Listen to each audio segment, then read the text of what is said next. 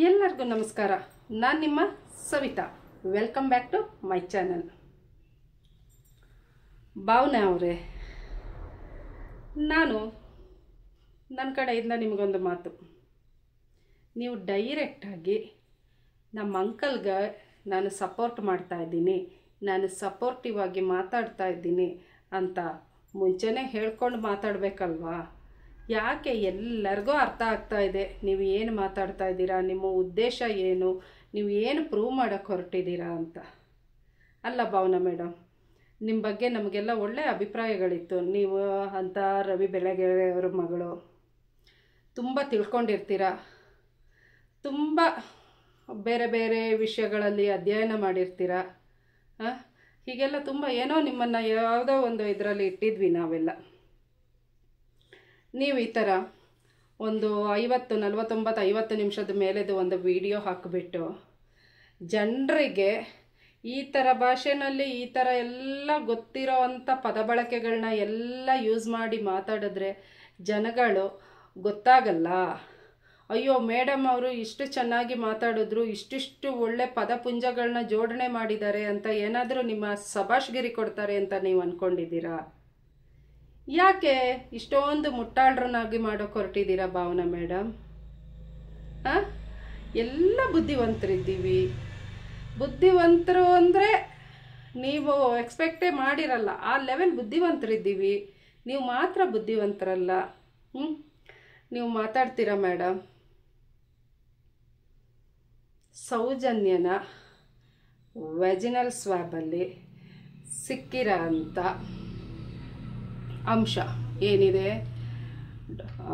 Doctor prove ಮಾಡೋ ಅಂಥದ್ದು vaginal swab, ಅದು ಫಂಗಸ್ ಆಗಿ ಸಿಕ್ಕಿದೆ. ಫಂಗಸ್ ಆಗಿ ಯಾಕೆ? ಆಲ್ರೆಡಿ ಅದು ಫಂಗಸ್ಸು. ಒಬ್ಬ ವ್ಯಕ್ತಿ ಈ ಥರ ಕಾಯಿಲೆ ಇರೋವಂಥ ವ್ಯಕ್ತಿ ಯಾರು? ಸಂತೋಷ್ ರಾವ್ ನಿಮ್ಮ ಪ್ರಕಾರ. ಅವರು ಹುಡುಗಿ ಜೊತೆ ಲೈಂಗಿಕ ಕ್ರಿಯೆ ಮಾಡಿದಾಗ ಸಿಕ್ಕಿರೋ ಅಂಥ ಫಂಗಸ್ ಹಿಡ್ದಿರೋ ಅಂಥ ಸ್ವ್ಯಾಬ್ ಅದು ಅಲ್ಲಿ ಇತ್ತು. ಅಲ್ಲಿ ನಾವು ಚೆಕ್ ಮಾಡುವಾಗಲೂ ಅದು ಪ್ರೂವ್ ಆಯಿತು ಅದರಲ್ಲಿ ಫಂಗಸ್ ಇದೆ ಅಂತ. ಏನೇನೋ ಹೇಳ್ತೀರ. ಫಂಗಸ್ ಇರೋವಂಥ ಸ್ವ್ಯಾಬ್ ಸಿಕ್ಕಾಕೊಂಡ್ರೆ ಅದು ಸಂತೋಷ್ ರಾವ್ದೇ ಆಗಿದ್ದರೆ ಸಿಕ್ಕಿದೆ ಅಂತ ನೀವು ಹೇಳ್ತೀರ. ಹಾಗಾದರೆ ಮಣ್ಣಾಕೋ ಉದ್ದೇಶ ಏನಿತ್ತು? ಮಣ್ಣು ಹಾಕಿ ಮಣ್ಣು ತುಂಬುತ್ತಾ ಇದ್ರ 6 ಇಂಚು? ಇಲ್ಲ ಅಲ್ವಾ? ಇದನ್ನೆಲ್ಲ ನಮ್ಮ ಜನ ಥಿಂಕ್ ಮಾಡಲ್ವಾ? ಮತ್ತೆ ಹೇಳ್ತೀರಾ, ಏನಂತ ಹೇಳ್ತೀರಾ, ಸಿಕ್ಕಾಬಟ್ಟೆ ಮಳೆ ಇತ್ತು, ಮಳೆ ಕೆಸರು ರಾಡಿ, ಆ ರಾಡಿಲಿ ಕೆಲವೊಂದು ಸಾಕ್ಷಿಗಳೆಲ್ಲ ವೇಸ್ಟ್ ಆಗಿ ಹೋಯಿತು, ಏನತ್ತು ಹುಡುಕಿದ್ರು ಮಾಡಿದ್ರು ಸಿಕ್ಕಲಿಲ್ಲ. ಹಾಗಾದರೆ ಆಮೇಲೆ ಸಂತೋಷ್ ರಾವ್ ಕರಾಟೆ ವಿದ್ಯೆಯಲ್ಲಿ ತುಂಬ ಪರಿಣಿತರು, ತುಂಬ ಏನೆಲ್ಲ ಕಲ್ತ್ಕೊಂಡಿದ್ರಂತೆ ಅಂತೆ. ನಮಗದೆಲ್ಲ ಗೊತ್ತಿಲ್ಲ. ಆ ವಿದ್ಯೆಯಲ್ಲಿ ಎಲ್ಲ ಕಲ್ತ್ಕೊಂಡಿರೋದ್ರಿಂದ ಅವರು ಆ ಥರ ಎಲ್ಲ ಸೌಜನ್ಯನ ಮೇಲೆ ದೌರ್ಜನ್ಯ ಮಾಡೋಕ್ಕೆ ಸಾಧ್ಯ ಆಯಿತು. ಒಬ್ಬ ವ್ಯಕ್ತಿ ಕರಾಟೆ ಗೊತ್ತಿರೋ ಅಂಥವನು ಈ ಥರ ಎಲ್ಲ ಮಾಡ್ಬೋದು. ಅವನಿಗಷ್ಟು ಶಕ್ತಿ ಇದೆ. ಸೌಜನ್ಯನ ಎತ್ಕೊಂಡೋಗಿ ಹೊಳೆ ದಾಟಿ ಎಲ್ಲ ಕೈಗೆಲ್ಲ ಕಟ್ಟಿ ಈ ಥರ ಎಲ್ಲ ದೌರ್ಜನ್ಯ ಮಾಡಿ ಬಿಸಾಕಿ ಹೋಗೋ ಅಷ್ಟು ಕೆಪಾಸಿಟಿ ಶಕ್ತಿ ಅವ್ರಿಗಿದೆ. ಹಾಗಾದರೆ ಅವತ್ತು ರಾತ್ರಿ ಎಲ್ಲ ಹುಡುಕಿದ್ರಲ್ಲ, ಹಾಗೆ ಎಲ್ಲಿದ್ದರು ಸಂತೋಷ್ ರಾವ್? ಪಾತಾಳದೊಳಗೆ. ಪಾತಾಳ ವಿದ್ಯೆ, ಅತಾಳ ವಿತಾಳ ಸುತಾಳ ಪಾತಾಳ ವಿದ್ಯೆಗಳೆಲ್ಲ ಇದೆ ಅಂತ ಎಲ್ಲ ಕತೆಗಳಲ್ಲಿ ಅದೆಲ್ಲ ಕಲ್ತ್ಕೊಂಡಿದ್ರ ಸಂತೋಷ್ ರಾವ್? ಆಗ ಎಲ್ಲ ಒಂದು 2-3 ಸಾವಿರ ಜನಗಳು ರಾತ್ರಿ ಇಡೀ ಕಾಡು ಮೇಡು ಎಲ್ಲ ಹುಡುಕುವಾಗ ಸಂತೋಷ್ ರಾವ್ ಎಲ್ಲಿ ಹೊಳೆ ಒಳಗೆ ಬಚ್ಚಿಟ್ಕೊಬಿಟ್ಟಿದ್ರಾ? ಆಮೇಲೆ ಎಲ್ಲ ಜನ ಹೋದ್ಮೇಲೆ ಪುನಃ ವಾಪಸ್ ಬಂದುಬಿಟ್ಟು ಅಲ್ಲಿ ಬೇರಿಗೆ ಕೈ ಕಟ್ಟಿಬಿಟ್ಟು ಕೊಂದಾಕ್ಬಿಟ್ರಾ? ಏನು ಮೇಡಮ್ ಮಾತಾಡ್ತೀರಾ ನೀವು? ಯಾಕೆ ಮೇಡಮ್ ನೀವು ಹೀಗಾಗೋದ್ರಿ? ಹೇಗಾದ್ರಿ? ಹಿಂಗಾಗ್ಬಿಟ್ರಲ್ಲ ಮೇಡಮ್ ನೀವು. ಅದೆಲ್ಲ ಬಿಟ್ಟರೆ ಮಹೇಶ್ ಅಣ್ಣ ಅವ್ರ ಹತ್ರ ಹೋಗ್ತೀರ. ಅವರೆಲ್ಲೋ ಬಾಂಬೆಯಲ್ಲಿ ವರ್ಕ್ ಮಾಡ್ಕೊಂಡಿದ್ರಂತೆ, ಲೈವ್ ಬ್ಯಾಂಡಲ್ಲಿ ಇದ್ದರು. ಅಲ್ಲಿಂದ ಅದು ಕ್ಲೋಸ್ ಆಯಿತು, ಅದ್ರ ಮೇಲೆ ಏನೋ ಕೇಸ್ ಆಯಿತು, ಹಗರಣ ಆಯಿತು ಅಂತ ಬಿಟ್ಟು ಬಂದುಬಿಟ್ರು. ಬರಲಿ ಬಿಡಿ, ಇರಲಿ ಬಿಡಿ, ಅವ್ರ ಹೊಟ್ಟೆಪಾಡಿಗೆ ಏನೋ ಮಾಡಲಿ ಬಿಡಿ. ಎಂತೆಂಥ ದೊಡ್ಡ ದೊಡ್ಡ ವಿದ್ವಾಂಸರದ್ದು ಹಿನ್ನೆಲೆ ಎಲ್ಲ ತೆಗೆದು ನೋಡಿ. ಯಾರು ಸರ್ವಜ್ಞ ಆಗೋದು ಅಷ್ಟು ಈಸಿ ಅಲ್ಲ. ಅವ್ರ ಹಿಂದೆನೂ ಒಂದೊಂದು ಕತೆಗಳಿರುತ್ತೆ. ಯಾಕೆ ನಿಮ್ಮಿಂದ ಇಲ್ವಾ ಕತೆ? ನಮ್ಮಿಂದ ಇಲ್ವಾ? ಇರಲಿ, ಅದರಲ್ಲೇನು ಕಳ್ಕೊಳ್ಳೋದು. ಅದು ಬಿಟ್ಟರೆ ದೇವಸ್ಥಾನ ಕಟ್ಟಿಸ್ಬಿಟ್ರು, ದೇವಸ್ಥಾನಕ್ಕೆ ಓಪನ್ ಮಾಡೋಕ್ಕೆ ಬಿಡಲಿಲ್ಲ ಅಂಕಲ್ ಧರ್ಮಾಧಿಕಾರಿಗಳು. ಸಾರಿ, ನಿಮಗೆ ಅಂಕಲ್ ಧರ್ಮಾಧಿಕಾರಿಗಳು ಬಿಟ್ಟಿಲ್ಲ. ಅದೇ ಒಂದು ಜಿದ್ದಿತ್ತು, ಆ ಜಿದ್ದಿಂದ ಹೀಗೆಲ್ಲ ಮಾಡ್ತಾ ಇದ್ದಾರೆ. ಮತ್ತು 3 ಅಂತಸ್ತಿನ ಮನೆ ಮಾಡಿದ್ರು ಮಹೇಶಣ್ಣ ಅವರು. ಈ ಕೇಸ್ ಸ್ಟಾರ್ಟ್ ಆದಮೇಲೆ 3 ಅಂತಸ್ತು ಮನೆ ಮಾಡಿದ್ರು. ಅದರ ಲೋನ್ ಕಟ್ಟೋಕ್ಕೆ ಟ್ರಕ್ಕಲ್ಲಿ ಹಿಂದೆ ಬೌನ್ಸರ್ ಜೊತೆ ಬರ್ತಾರೆ. ಆ ಟ್ರಕ್ ಒಳಗಡೆ ದೊಡ್ಡ ಸಿಂಟೆಕ್ಸ್ ಇರುತ್ತೆ, ಬಕೆಟ್ ಇರುತ್ತೆ. ಅಲ್ಲಲ್ಲಿ ಫಂಕ್ಷನ್ನು, ಮೀಟಿಂಗು ಎಲ್ಲ ಮಾಡ್ತಾರೆ, ಸಭೆಗಳು ಸೇರಿಸ್ತಾರೆ.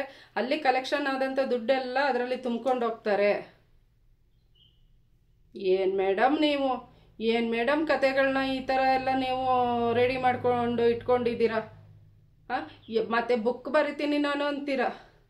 ಇನ್ನು ಯಾವುದು ಹುಡುಕ್ತಿದ್ದೀರಾ ಮೇಡಮ್ ಬುಕ್ ಬರೆಯೋಕ್ಕೆ ನೀವು ಕತೆನ? ಇನ್ನು ಯಾವ ಬುಕ್ ಬರಿಬೇಕು ಮೇಡಮ್ ನೀವು? ಈ ಥರ ಎಲ್ಲ ಯಾಕೆ ಮೇಡಮ್ ಹಿಂಗೆಲ್ಲ ಮಾತಾಡಿ ನಿಮ್ಮ ಘನತೆಗೆ ನೀವೇ ಮಸಿ ಬಳ್ಕೊತಾ ಇದ್ದೀರಾ? ಏನೋ ಒಂದು ರವಿಗೆ ಬೆಳಗೆರೆ ಅವ್ರ ಮಗಳು ಅಂತ ಏನೋ ಒಂದು ನಿಮ್ಮ ಬಗ್ಗೆ ಇರುತ್ತೆ ಜನಕ್ಕೆ. ಅದನ್ನು ಈ ಥರ ಎಲ್ಲ ರೋಡು ಬೀದಿ ಕೇರಿ ಊರಲ್ಲೆಲ್ಲ ನಿಮ್ಮ ಮರ್ಯಾದೆ ನೀವು ಹರಾಜು ಮಾಡ್ಕೊಳ್ತಾ ಇದ್ದೀರಲ್ಲ ಮೇಡಮ್, ಇದು ಸರಿನಾ? ನೀವು ಒಂದು ಹೆಣ್ಣಲ್ವಾ? ಅವತ್ತು ಏನಾಯ್ಕಿತ್ತು, ಹೇಗಾಯಿತು, ಸಂತೋಷ್ ರಾವ್ ಯಾರು, ಆವತ್ತು ಮತ್ತೆ 1 ಇಯರ್ ಮೇಲೆ ಅರೆಸ್ಟ್ ಆದಂಥ ಕೈದಿಗಳ್ಯಾರು, ಎಲ್ಲ ಚಿತ್ರಣನೂ ಆಲ್ರೆಡಿ ಜನ ನೋಡಿದ್ದಾರೆ, ಜನ ತಿಳ್ಕೊಂಡಿದ್ದಾರೆ. ಜನ ಅದ್ರ ಬಗ್ಗೆ ಇನ್ನೂ ಡೀಪಾಗಿ ಹೋಗಿ ಕೂಡ ತಿಳ್ಕೊಂಡಿದ್ದಾರೆ. ನೀವು ಹೀಗೆಲ್ಲ ತಿರ್ಚಿ ಮುರ್ಚಿ ಅದು ಮಾಡಿ ಇದು ಮಾಡಿ ಹೀಗೆ ತಿನ್ನೋ ಊಟನ ಅಂತ ಕೊಟ್ಟರೆ ನೀವು ಹೀಗೆ ಬೇಡ ಹೀಗೆ ತಿಂತೀನಿ ಅಂತ ಬರ್ತೀರಲ್ಲ ಮೇಡಮ್, ಇದು ಸರಿನಾ ಮೇಡಮ್? ನಿಮ್ಮ ಉದ್ದೇಶ ಏನು? ಅದೆಲ್ಲ ಜನಕ್ಕೆ ಅರ್ಥ ಆಗುತ್ತಲ್ವಾ? ಹೀಗೆ ನಿಮ್ಮ ಥರನೇ ಬಂದ್ರಲ್ಲ 3-4 ಜನ, ಅವ್ರನ್ನೆಲ್ಲ ಜನ ಯಾವ ಥರ ಬಾಯಿ ಮುಚ್ಚಿಬಿಟ್ಟು ಕೂರಿಸಿದ್ರು ಅಂತ ನಿಮಗೆ ಗೊತ್ತಲ್ವಾ? ಮತ್ತೆ ಯಾಕೆ ನಿಮಗೆ ನಿಜವಾಗಲು ಸೌಜನ್ಯನಿಗೆ ಅವ್ರ ಕೇಸಿಗೆ ಸಪೋರ್ಟ್ ಮಾಡೋ ಉದ್ದೇಶ ಇದ್ದರೆ ನೀವು ಇಷ್ಟೆಲ್ಲ ಮಾತಾಡಲ್ಲ. 40 ನಿಮಿಷದ ವಿಡಿಯೋ ಮಾಡಿಬಿಟ್ಟು ಇಷ್ಟೆಲ್ಲ ಮಾತಾಡ್ತೀರಾ? ಇಷ್ಟೆಲ್ಲ ಮಾಡೋ ಅವಶ್ಯಕತೆ ಇದೆಯಾ? ಸಾಕ್ಷಿ ಏನಾಗ್ತಾ ಇದೆ, ಯಾವ ಥರದಲ್ಲಿ ಎಲ್ಲ ಕೇಸ್ ನಡೀತಾ ಇದೆ, ಏನಾಯಿತು ಅನ್ನೋದೆಲ್ಲ ನಿಮ್ಮ ಕಣ್ಮುಂದೆನೇ ಇದೆ ಅಲ್ವಾ ಮೇಡಮ್? ನಾನು ಸುಮ್ಮನೆ ಇದ್ದೆ, ನಾನು ಸ್ವಲ್ಪ ಬ್ಯುಸಿ ಇದ್ದೆ ಒಂದು 2-3 ಡೇಸ್, ಹಾಗಾಗಿ ಇದ್ರ ಬಗ್ಗೆ ನನಗೆ ಅಷ್ಟು ಗೊತ್ತಿರಲಿಲ್ಲ. ತಿಳ್ಕೊಳ್ಳೋಣ. ನಿಮ್ಮ ವಿಡಿಯೋ ನೀವು ಮಾತಾಡಿರೋದೆಲ್ಲ 2-3 ಸಲ ನಾನು ರಿಪೀಟ್ ಮಾಡಿಬಿಟ್ಟು ನೋಡಿದೆ. 2-3 ಸಲ ಅವಶ್ಯಕತೆ ಇಲ್ಲ, ನಾನು ನೋಡಿದ್ದು ಸುಮ್ಮನೆ ವೇಸ್ಟ್ ಅಂತ ಆಮೇಲೆ ಅನ್ನಿಸ್ತು. ಯಾಕಂದರೆ ನಿಮ್ಮ ಉದ್ದೇಶ ಏನನ್ನೋದು ಆಲ್ರೆಡಿ ಗೊತ್ತಾಗಿದೆ ಅಲ್ವಾ? ನೀವು ಸ್ಟಾರ್ಟಿಂಗೇ ಹೇಳ್ಕೊಂಡ್ರಲ್ಲ ಅಂಕಲ್ ಅಲ್ಲಿಗೆ ಮಸಿ ಬಳಿಯೋದು, ಅದು ಮಾಡೋದು, ಇದು ಮಾಡೋದು ಅಂತ. ಏನು ಮೇಡಮ್ ನೀವು ಹೀಗೆಲ್ಲ ಆದರೆ ಹೇಗೆ ಮೇಡಮ್? ಮತ್ತೆ ಮೇಡಮ್ ನೀವು ಎಲ್ಲ ಆಯಿತು, ಕಾಂಡೋಮ್ ವಿಷಯಕ್ಕೆ ಬರ್ತೀರ. ಏನು ಮೇಡಮ್ ನೀವು ಓಪನ್ ಆಗಿ ಸ್ಟೇಟ್ಮೆಂಟ್ ಕೊಡ್ತೀರಲ್ಲ ಮೇಡಮ್? ರೇಪಿಸ್ಟ್ ಏನಾದರೂ ಕಾಂಡೋಮ್ ಹಾಕ್ಕೊಂಡು ಹೋಗಿ ರೇಪ್ ಮಾಡಿದ್ರೆ ಯಾವ ವೆಜಿನಲ್ ಸ್ವ್ಯಾಬ್ ಆಗಲಿ ಅಲ್ಲಿ ಬೇಕಾದಂಥ ಒಂದು ಗಂಡಸಿನ ಅಂಶ ಅಲ್ಲಿ ಸಿಗಲ್ಲ. ಏನು ಮೇಡಮ್ ಇಷ್ಟು ಓಪನ್ ಸ್ಟೇಟ್ಮೆಂಟ್ ಕೊಟ್ಬಿಟ್ರಿ ನೀವು? ಯಾವಾಗ ಮೇಡಮ್ ನೀವು ಜರ್ನಲಿಸಮ್ ಬೇರೆ ಮಾಡ್ಕೊಂಡಿದ್ದೀರಾ, ಡಾಕ್ಟರ್ ಥರ ಮಾತಾಡ್ತೀರಾ, ಪೊಲೀಸ್ ಥರ ಮಾತಾಡ್ತೀರಾ, ಲಾಯರ್ ಥರ ಮಾತಾಡ್ತೀರಾ, ಲಾಸ್ಟಿಗೆ ನೋಡಿದ್ರೆ ಜಡ್ಜು ಆಗಿಬಿಟ್ರಲ್ಲ ಮೇಡಮ್ ನೀವು. ಹಾಗೆ ಸಂತೋಷ್ ರಾವು ಹೋಗಿ ಎಲ್ಲ ಹಾಕ್ಕೊಂಡು ಎಲ್ಲ ಮುಗಿಸಿ ಅಲ್ಲಿ ಇದು ಮಾಡಿ ಬಂದ ಅಂತ ಅಲ್ಲ ಮೇಡಮ್. ರೇಪಿಸ್ಟ್ ಯಾರು ಅನ್ನೋದು ಆಲ್ರೆಡಿ ಸ್ವಲ್ಪ ಜನ ಎಲ್ಲ ಹಿಡಿದು ಬಡ್ದು ಹೋಗಿ ಡೌಟಲ್ಲಿ ಅವರು ಸ್ಟೇಷನ್ನು ಜೈಲು ಎಲ್ಲ ಅನುಭವಿಸಿ ಬಂದಿದ್ದಾರೆ. ಆಯಿತಾ? ಜನರ ದೃಷ್ಟಿಲಿ ಅವರಿಗೆ ಗೊತ್ತಿದೆ ವಿಷಯ. ಈಗ 3 ಜನ ಇದ್ದಾರೆ, ಅವ್ರನ್ನೆಲ್ಲ ಹಿಡಿಬೇಕು, ಅವ್ರನ್ನ ಮತ್ತೆ ಎನ್ಕ್ವೈರಿ ಮಾಡಬೇಕು, ಹಾಗೆಲ್ಲ ಜನರ ಮನಸ್ಸಲ್ಲಿದೆ. ನೀವು ಹೋಗಿ ಕಾಂಡೋಮ್ ಹಾಕ್ಕೊಂಡು ಹೀಗೆ ಮಾಡಿದರೆ ರೇಪಿಸ್ಟು ಸಿಗಲ್ಲ. ಅಲ್ಲ ಮೇಡಮ್, ರೇಪ್ ಮಾಡೋರು ಕಾಂಡೋಮ್ ಎಲ್ಲ ಇಟ್ಕೊಂಡು ಹೋಗಿ 4-5 ಜನ ಎಲ್ಲ ಮಾಡಿ ಎಲ್ಲ ಮುಚ್ಚೋದಾಗಿದ್ದಿದ್ರೆ ಮಣ್ಣು ತುಂಬಿ ಬರ್ತಾರ ಮೇಡಮ್? ಮಣ್ಣಾಕ್ಬಿಟ್ಟು ಬರ್ತಾರಾ? ಅವರು ಅದನ್ನೆಲ್ಲ ವಿಷಯಗಳನ್ನ, ಕಾಂಡೋಮ್ ಪ್ಯಾಕೆಟನ್ನು ಅವರು ರೇಪ್ ಮಾಡೋಕ್ಕೆ ತಗೊಂಡೋಗ್ತಿರ್ಲಿಲ್ಲ ಮೇಡಮ್. ಅವರಿಗೆ ಹಾಗೆ ಬೇಕು ಅಂತಿದ್ದಿದ್ರೆ ಯಾವುದಾದ್ರೂ ಒಂದು ರೆಡ್ ಲೈಟ್ ಏರಿಯಾಗೆ ಹೋಗ್ತಾ ಇದ್ರು, ಅದನ್ನು ಯೂಸ್ ಮಾಡಿ ಅದರದ್ದು ಅವಶ್ಯಕತೆ ಮುಗಿದ ಮೇಲೆ ಬರ್ತಾ ಇದ್ರು. ನಿಮಗೆ ಅಷ್ಟು ಅರ್ಥ ಆಗಲ್ವಾ ಮೇಡಮ್? ಹೀಗೆಲ್ಲ ಮಾತಾಡ್ತೀರಲ್ಲ. ಏನು ಪ್ರೂವ್ ಮಾಡಬೇಕು ನೀವು ಹೊರಟಿದ್ದೀರಾ ಅದೆಲ್ಲ ಗೊತ್ತಾಗಿದೆ ನಮಗೆ. ಈಗ ಒಂದು 4-5 ಜನ ಹೇಗೆ ಕೂತಿದ್ದಾರೆ, ನೀವು ಸುಮ್ಮನೆ ಆದರೆ ಸಪೋರ್ಟ್ ಮಾಡಿ ದಯವಿಟ್ಟು. ಇನ್ನು ನೀವು ಕೈ ಮುಗಿತೀವಿ, ಭಾವನಾ ವಿಷಯಕ್ಕೆ ಬರಬೇಡಿ. ನೀವು ಹೇಗೋ ನೋಡ್ಕೊಳ್ತಾರೆ ಜನ, ದೊಡ್ಡ ದೊಡ್ಡ ವ್ಯಕ್ತಿಗಳಿದ್ದಾರೆ, ಅವರೆಲ್ಲ ನೋಡ್ಕೊತಾರೆ. ಈಗಾಗಲೇ ಈ ಹೋರಾಟಕ್ಕೆ ಒಂದು ಒಳ್ಳೆ ಕೋರ್ಟ್ ಒಂದು ಒಳ್ಳೆ ನಿರ್ಧಾರ ಮಾಡಿದೆ, ಆಯಿತಾ? ಆ ನಿರ್ಧಾರ ಆದಂಗೆ ನಿಮಗಿಷ್ಟೇ ಅರ್ಥ ಆಗಲ್ವಾ? ಇಲ್ಲ ಅಂತ ಹೇಳಿದ್ರೆ ನಿಮ್ಮ ಪ್ರಕಾರನೇ ಹೋಗೋಣ. ನಿಮ್ಮ ಪ್ರಕಾರನೇ ಹೋದರೆ ಸಂತೋಷ್ ರಾವ್ನ ಯಾಕೆ ಮೇಡಮ್ ಬಿಡುಗಡೆ ಮಾಡುತ್ತೆ ಕೋರ್ಟು? ಯಾರನ್ನು ಮೇಡಮ್ ಬಕ್ರ ಮಾಡ್ತೀರಾ? ಯಾಕೆ ಮೇಡಮ್ ಅಡ್ಡದಾರಿಯಲ್ಲಿ ದುಡ್ಡು ಮಾಡೋಕ್ಕೆ ನೋಡ್ತಾ ಇದ್ದೀರಾ? ನೇರವಾಗಿರಿ ಮೇಡಮ್, ನೀವು ಯಾವಾಗಲೂ ನೇರ ದಿಟ್ಟ ನಿರಂತರವಾಗಿರಿ ಮೇಡಮ್.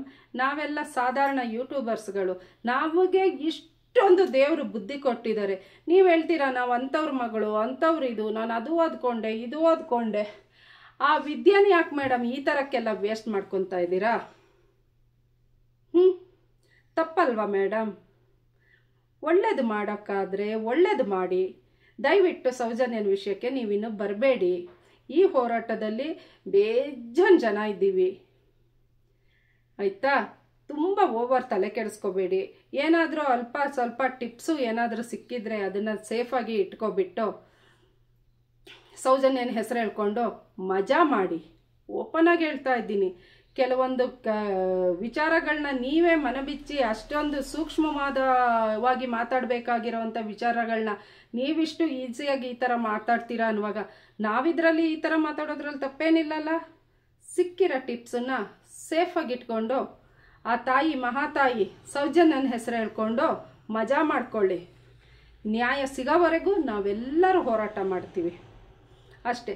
ಸುಮ್ಮನೆ ಎಂಟ್ರ್ ಆಗಬೇಡಿ, ಮಾನ ಮರ್ಯಾದೆ ಹೋಗುತ್ತೆ. ಜನಕ್ಕೆ ತಪ್ಪು ಸಂದೇಶಗಳನ್ನ ರವಾನೆ ಮಾಡಬೇಡಿ. ಜನ ಎಚ್ಚೆತ್ಕೊಂಡು ಆಯಿತು, ಯಾವುದೋ ಕಾಲ ಆಯಿತು. ನಿಮ್ಮ ಅಂಕಲ್ದ ಸಂಬಂಧ ಆಗಲಿ, ನಿಮ್ಮ ಪ್ರೀತಿ ವಿಶ್ವಾಸ ಎಲ್ಲ ನೀವು ಅಲ್ಲಿ ಇಟ್ಕೊಳ್ಳಿ. ಪಬ್ಲಿಕ್ಕಿಗೆ ತಗೊಬಂದು ಪಬ್ಲಿಕ್ಕನ್ನು ದಾರಿ ತಪ್ಪಿಸಬೇಡಿ.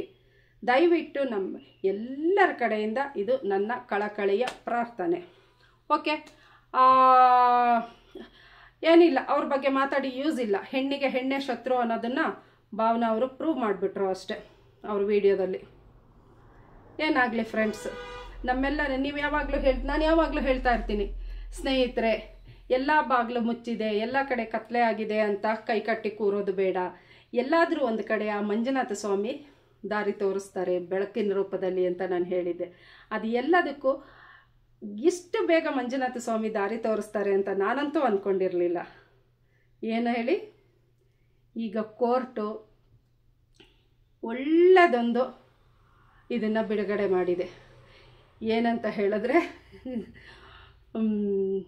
ಇಷ್ಟು ಟೈಮು ನಾವುಗಳು ಯಾರೇ ಆಗಲಿ ಎಲ್ಲಾದರೂ ನಾವು ಹೋರಾಟಕ್ಕೆ ಸೌಜನ್ಯನ ಪರ ಹೋರಾಟ ಮಾಡ್ತೀವಿ, ಸಭೆ ಸೇರ್ತೀವಿ ಅಂತೆಲ್ಲ ಇರುವಾಗ ಪೊಲೀಸವ್ರು ಬರ್ತಾಯಿದ್ರು, ಮಾಡಬಾರ್ದು ಅಂತಿದ್ರು, ತಡೀತಾ ಇದ್ರು. ಮೊನ್ನೆ ಫ್ರೀಡಮ್ ಪಾರ್ಕಲ್ಲೂ ಅಷ್ಟೇ, ಬ್ಯಾಂಗ್ಳೂರಲ್ಲಿ ಒಂದು ದೊಡ್ಡ ಸಭೆ ನಡೆಯೋದ್ರಲ್ಲಿತ್ತು. ಅದನ್ನೆಲ್ಲ ಏನೆಲ್ಲ ನೋಟಿಸ್ ಮಾಡಿ ಕ್ಯಾನ್ಸಲ್ ಮಾಡಿದ್ರು. ಇನ್ನು ನಾವು ಅದಕ್ಕೆಲ್ಲ ಹೆದರೋ ಅವಶ್ಯಕತೆ ಇಲ್ಲ. ಕೋರ್ಟೇ ನಮಗೆ ನೋಟಿಸ್ ಮಾಡಿ ಆಗಿದೆ, ನೋಟಿಸ್ ಕೊಟ್ಟಿದೆ. ಇನ್ನು ಶಾಂತ ರೀತಿಯಲ್ಲಿ ಶಾಂತಯುತವಾಗಿ ಎಲ್ಲಿ ಬೇಕಾದರೂ ಸಾರ್ವಜನಿಕ ಸಭೆಗಳು, ಸೌಜನ್ಯನ ಪರ ಹೋರಾಟಗಳನ್ನ ನಾವು ಮಾಡ್ಬೋದು. ನಮ್ಮೆಲ್ಲರಿಗೂ ಜಯ ಸಿಗೋವರೆಗೂ, ಸೌಜನ್ಯನಿಗೆ ಜಯ ಸಿಗೋವರೆಗೂ, ಅವ್ರ ಮನೆಯವರಿಗೆ, ಅವರೆಲ್ಲರ ಹೋರಾಟಕ್ಕೆ, ಅವ್ರ ಕಣ್ಣೀರಿಗೆ ಎಲ್ಲ ಜಯ ಸಿಗೋವರೆಗೂ ನಾವು ಈ ಹೋರಾಟದಲ್ಲಿ ಪಾಲ್ಗೊಳ್ಳೋಣ. ನೀವೆಲ್ಲ ಇಲ್ಲಿವರೆಗೂ ಸಪೋರ್ಟ್ ಮಾಡಿದ್ದೀರಾ. ನಾನು ಇವತ್ತು ವಿಡಿಯೋ ಮಾಡಿದ್ದ ಉದ್ದೇಶನೂ ಇಷ್ಟೇ.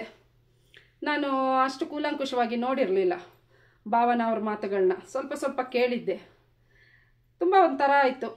ಆ ಹೆಂಗಸು ಮಾತಾಡಿರೋದು ನೋಡಿದ್ರೆ ಹೇಳಬೇಕಲ್ಲ. ಏನು ನೀವು ಅನ್ಕೋಬೋದು, ಏನು ಮೇಡಮ್ ಡೈಲಿ ಒಂದೊಂದು ವಿಷಯ ಇದೇ ವಿಷಯದಲ್ಲಿ ತಿರುಗಿ ಮಾತಾಡ್ಕೊಂಡು ಇದು ಮಾಡ್ಕೊತಾ ಇದ್ದೀರಾ ಅಂತ. ದಯವಿಟ್ಟು ಹಾಗೆ ಅನ್ಕೋಬೇಡಿ ಫ್ರೆಂಡ್ಸ್. ಸೌಜನ್ಯನ ಕೇಸಲ್ಲಿ ಸೌಜನ್ಯ ನಮ್ಮೆಲ್ಲರ ಮನೆ ಮಗಳು ಸೌಜನ್ಯ, ಅವರಿಗೆ ನ್ಯಾಯ ಸಿಗೋವರೆಗೂ ನಮ್ಮ ಹೋರಾಟ ಹೀಗೆ ಮುಂದುವರಿಯುತ್ತೆ. ನನ್ನ ಆತ್ಮಸಾಕ್ಷಿಯಾಗಿ ನಾನು ಹೇಳ್ತಾ ಇದ್ದೀನಿ, ಮಂಜುನಾಥ ಸ್ವಾಮಿ ಮೇಲೆ ಪ್ರಮಾಣ ಮಾಡಿ ನಾನು ಹೇಳ್ತಾ ಇದ್ದೀನಿ. ನಾನು ಏನೆಲ್ಲ ವಿಚಾರಗಳು ವಿಷಯಗಳು ನನಗೆ ಸಿಗತ್ತೆ ಅದನ್ನೆಲ್ಲ ನಾನೊಬ್ಬಳು ಕಂಟೆಂಟ್ ಕ್ರಿಯೇಟರ್ ಆಗಿ ಎಲ್ಲವೂ ನಿಮ್ಮ ಮುಂದೆ ನನಗೆ ಗೊತ್ತಿರೋ ರೀತಿಯಲ್ಲಿ ನಿಮ್ಮ ಮುಂದೆ ವಿಷಯಗಳನ್ನ ಪ್ರಸ್ತಾಪ ಮಾಡೋದು ಅದು ನನ್ನ ಧರ್ಮ. ನಾನು ಮಾಡ್ತೀನಿ. ಈ ನನ್ನ ಕೊನೆ ಉಸಿರಿರೋವರೆಗೂ ಇದು ಪ್ರಾಮಿಸ್. ನಾನು ಈ ಹೋರಾಟದಲ್ಲಿ ಇದ್ದೇ ಇರ್ತೀನಿ. ನೀವೆಲ್ಲರೂ ಸಪೋರ್ಟ್ ಮಾಡಿ. ನಿಮ್ಮೆಲ್ಲರ ಸಪೋರ್ಟ್ ಇದ್ದಿದ್ದಕ್ಕೇ ಈ ದಿನ ಅಂದರೆ ಕೋರ್ಟಿಂದ ಈ ಥರವಾದ ಒಂದು ಒಳ್ಳೆ ಸುದ್ದಿ ಸಿಕ್ಕಿರೋದು ಅಲ್ವಾ. ಇಂಥ ಚಿಲ್ಲರೆ ಪಳ್ರೆಗಳೆಲ್ಲ ಬರ್ತಾ ಇರ್ತವೆ ಮಧ್ಯದಲ್ಲಿ ದಾರಿ ತಪ್ಪಿಸೋದಕ್ಕೆ. ಈ ಚಿಲ್ಲರೆಗಳಿಗೆಲ್ಲ ನಾವು ಲೆಕ್ಕಕ್ಕಿಟ್ಕೋಬಾರ್ದು. 5 ಪೈಸದ ಮಣ್ಣಾಣೆನೂ ಕೊಡಬಾರ್ದು. ಲಾಸ್ಟ್ ವಿಡಿಯೋದಲ್ಲೇ ಹೇಳಿದ್ದೀನಿ. ನಾವು ಅವರಿಗೆ ಇಂಪಾರ್ಟೆಂಟ್ ಕೊಟ್ಟಷ್ಟು ಅವರು ಬೇರೆ ಥರದಲ್ಲಿ ದಾರಿ ಹುಡ್ಕೋಕ್ಕೆ ಶುರು ಆಗ್ತಾರೆ. ಅಲ್ಲೇ ಧ್ವಂಸ ಮಾಡಬೇಕು, ಅಲ್ಲೇ ತುಣಿದಾಕ್ಬಿಡ್ಬೇಕು, ಅಲ್ಲೇ ಬಾಯಿ ಮುಚ್ಚಿಸಿದ್ರೆ ಮತ್ತೆ ಅವರು ಈ ವಿಷಯಕ್ಕೆ ಬರಲ್ಲ. ಮತ್ತು ಇನ್ನೊಂದು ವಿಷಯ ನಾನು ಕೇಳೋದು, ಫ್ರೆಂಡ್ಸ್, ನನ್ನ ವಿಡಿಯೋಗಳನ್ನ ನಿಮಗೆ ಇಷ್ಟ ಇದ್ದರೆ, ಎಲ್ಲರಿಗೂ ಹೇಳ್ತಾ ಇಲ್ಲ, ಕೆಲವೊಬ್ಬರು ಕೆಟ್ಟದಾಗಿ ಕಮೆಂಟ್ ಆಗ್ತಾ ಇದ್ದಾರೆ. ನನಗೆ ತುಂಬ ಬೇಜಾರಾಗುತ್ತೆ. ನಮಗೆ ಯಾವ ಉದ್ದೇಶನೂ ಇಲ್ಲ. ನಮಗೆ ಯಾವುದು, ಕೆಲವರು ಕೇಳ್ತಾರೆ ನಿನಗೆ ಎಷ್ಟು ದುಡ್ಡು ಬಂದಿದೆ ಅಂತ ಕೇಳ್ತಾರೆ.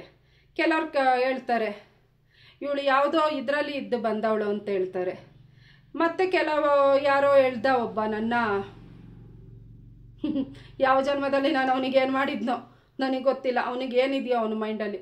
ಸೌಜನ್ಯನಿಗೆ ಅದಕ್ಕತ್ತೇನೆ ನಿನಗಾಗಬೇಕು ಅಂತ ಆಸೆನಾ, ಅದಕ್ಕೆ ಇಷ್ಟು ಸೋಷಿಯಲ್ ಮೀಡಿಯಾದಲ್ಲಿ ಎಗರಾಡ್ತಾ ಇದೆಯಾ ಅಂತ ಕೇಳ್ತಾನೆ. ಏನಣ್ಣ ನೀನು ಹಿಂಗೆ ಅರ್ಥ ಮಾಡ್ಕೊಬಿಟ್ಟೆ ನನ್ನ? ನಿನಗೆ ನನ್ನ ಬಗ್ಗೆ ಮಾತಾಡೋ ಯೋಗ್ಯತೆ ಏನೂ ಇಲ್ಲ. ನೀನು ಯಾರು ಅನ್ನೋದು ಆಲ್ರೆಡಿ ನನಗೆ ಗೊತ್ತು. ನಾನು ಸುಮ್ಮನೆ ಯಾವ ವಿಷಯ ಇಲ್ಲದೆ ಸುಳ್ಳು ಪಳ್ಳು ಹೇಳ್ಕೊಂಡು ಮೀಡಿಯಾ ಮುಂದೆ ಬಂದು ಮಾತಾಡೋವಳು ಅಲ್ಲ ನಾನು, ಆಯಿತಾ? ನಿನಗೆ ನನ್ನ ಇದನ್ನು ನೋಡೋಕ್ಕೆ ವೀಡಿಯೋಸನ್ನು ನೋಡೋಕ್ಕೆ ಇಷ್ಟ ಇಲ್ಲ ಅಂದರೆ ಬ್ಲಾಕ್ ಮಾಡಿಬಿಡು. ಅದು ಬಿಟ್ಟರೆ ಏನು ನೀನು ಸೌಜನ್ಯಗೆ ಅದು ಗತಿ ನಿಮ್ಗಾಗತ್ತೆ ಅಂತ ಹೇಳ್ತೀಯಲ್ಲ, ಏನು ಮಾಡ್ತೀಯಾ? ನಿನಗೇನಾದರೂ ಗೊತ್ತಿದ್ದಾರ ಅವರು? ನೀನು ಆ ಸಪೋರ್ಟಿಂದ ಹೀಗೆ ಮಾತಾಡ್ತಿದ್ಯಾ? ಹುಷಾರ್, ಕಟ್ ಮಾಡಿಬಿಡ್ತೀವಿ. ನಾವು ಅಷ್ಟು ಧೈರ್ಯ ಇಲ್ಲದೆ, ಅಷ್ಟು ಏನು ನಮಗೆ ಕೆಪಾಸಿಟಿ ಇಲ್ಲದೆ ಇಷ್ಟು ಓಪನ್ ಆಗಿ ಬಂದು ನಿಂತ್ಕೊಂಡು ಮಾತಾಡಲ್ಲ.